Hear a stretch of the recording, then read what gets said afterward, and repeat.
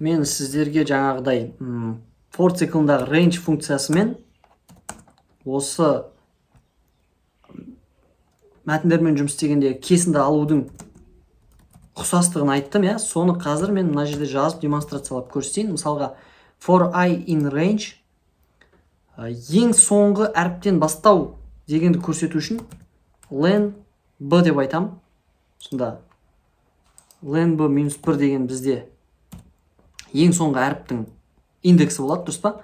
len b бізде 12-ке тең болса, ең соңғы әріптің индексі 0-ден басталғандықтан 11-ге түседі.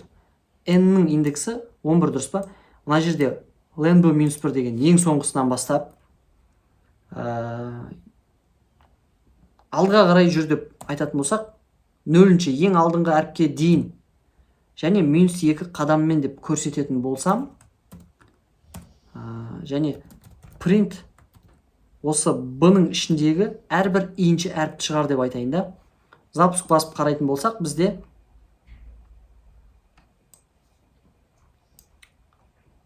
екі результат шықты. Бірінші бізде NHY пробел WAA деген әріптер шықты.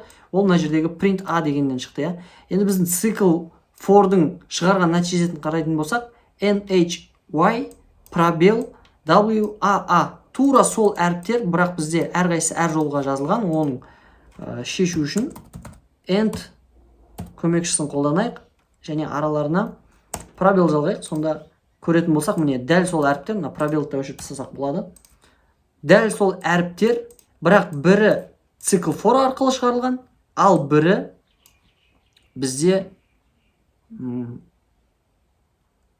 мәтіндерді кесіп алу, бөліктеу әдісі арқылы шығарылған, және біздегі range функциясымен кесінді алудың принцип, жұмыс істеу принциптері бірдей екенін көруге болады. Мысалға мына жерде 0-ден бастап 6-ға дейін 2 қадаммен дейтін болсам, және мына кесінді алуда да тура солай 0-ден бастап 6-ға дейін 2 қадаммен дейтін болсақ, мына жерде диапазонның бірдей екенін көруге болады. Запустить басқанда QZQ, QZQ екеуінде бірдей нәтиже шығады. Мына жерде 9 деп өзгертейін. Тура сол әріптер шығады, яғни екеуінің принципі бірдей екенін осылай дәлелдесек болады. Сонымен қатар бізде мәтіндермен жұмыс істеген кезде мәтіннің ішіндегі әрбір символды біртіндеп теріп жұмыс істеу үшін for циклында range функциясын қолданбай, мәтінге біздің прямой ссылка жасасақ болады. Мәтінімізге бірден жүгінсек болады. Мысалы, for I in b деп жазатын болсақ, және print біздің I деп көретін болсақ, мына жерде end көмекшісін қолданайық. Запустить етіп қарайтын болсақ, мына жерде қазақша Python деген текстіміз шықты, иә. Бұл қалай жұмыс істейді? Қараңыздар. For I in b деп жазған кезде range қолданбаймыз. b деген біздің айнымалы ішінде мәтініміз сақталған, иә. Біз мәтінге прямой жүгінеміз да, сол кезде I деген айнымалы осы b мәтіннің ішіндегі әрбір символды жеке-жеке теріп шығады. Яғни біздің циклымыздың бірінші айналымында I деген Q әріпімен жұмыс істейтін болады. Келесі айналымда келесі әріпті алады, A, одан кейін Z. Яғни әрбір әріпті жеке-жеке біртіндеп теріп шығуға мүмкіндік аламыз. Мына жерде жаттап алатын нәрсе for G in range деп көрсетейін. len b қосын нүкте қояйын. Және тура сол нәтижені шығарып көрсетейік.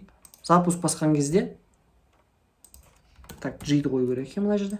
Запуск басқан кезде қараңыздар, мына жерде қазақша Python деп шығуда, ал астында сандар шығуда.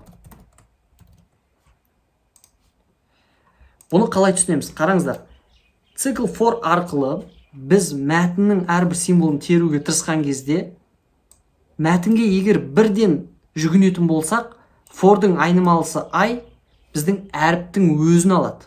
Қараңыз, I b-ға прямой жүгініп жатыр, және I әріптермен жұмыс істейді. Ал егер біз range функциясын қолдану арқылы мәтінмен жұмыс істеуге тырысатын болсақ, онда бізде цикл for'дың айнымалысы, мына жағдайда G деген айнымалы, иә, сол әріптің индексі болады. То есть түсіну керек. Егер біз текстпен бірден жұмыс істейтін болсақ, онда I ол әріптерді тереді. Ал егер range функциясы арқылы жұмыс істейтін болсақ, онда for-дың айнымалысы сол әріптің индексін алатын болады. Сол үшін бізде мына астында 0, 1, 2, 3, 4, 5 деп әр әріпке сәйкес индекстер шығуда. Әріптің өзі шығу үшін мына жерде мен үтір қою арқылы бұның ішіндегі жиыншы әріп деп көрсетейік. Сонда бізде мына жерде end тапсырсақ, мынандай нәтиже шығады, қараңыздар. Қазақша Python деген мына жерде біз әріптерді бірден теріп жатырық.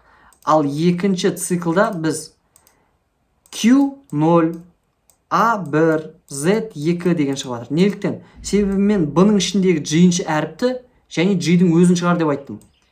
Бұның ішіндегі жиыншы әріп, нөлінші әріп ол Q, ал G-дің өзі, индекстің өзі Q. Яғни range функциясы айнымалыға индексті тіркейді. Ал range-ті қолданбай бірден текстқа жүгінетін болсақ, онда ол әріптің өзін тікелей алады.